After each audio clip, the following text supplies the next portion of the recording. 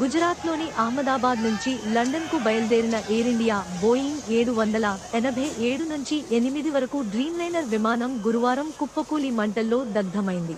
మధ్యాహ్నం 1:38 గంటలకు టేకాఫ్ అయిన విమానం ఇంకా విమానాశ్రయానికి దగ్గర్లో ఉన్నప్పుడే ఏదో సమస్య తలెత్తడంతో పైలట్లు పూర్తిస్థాయి అత్యవసర పరిస్థితిని ప్రకటించే మేడే కాల్ ఇచ్చారు. అది అకస్మాత్తుగా కిందికి దిగిపోవడం మొదలైంది.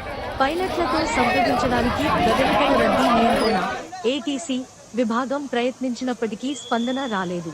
తిరిగి సర్దార్ వల్లభాయ్ పటేల్ అంతర్జాతీయ విమానాశ్రయానికి చేరుకునేందుకు ప్రయత్నించిన AI-171 విమానం అత్యంత తక్కువ ఎత్తుకు వచ్చి కొన్ని సెకన్లలోనే విమానాశ్రయ వెలుపల మేఘానీనగర్లో వైద్యులు, నర్సింగ్ సిబ్బంది నివాస ప్రాంతం వద్ద కూలిపోయింది.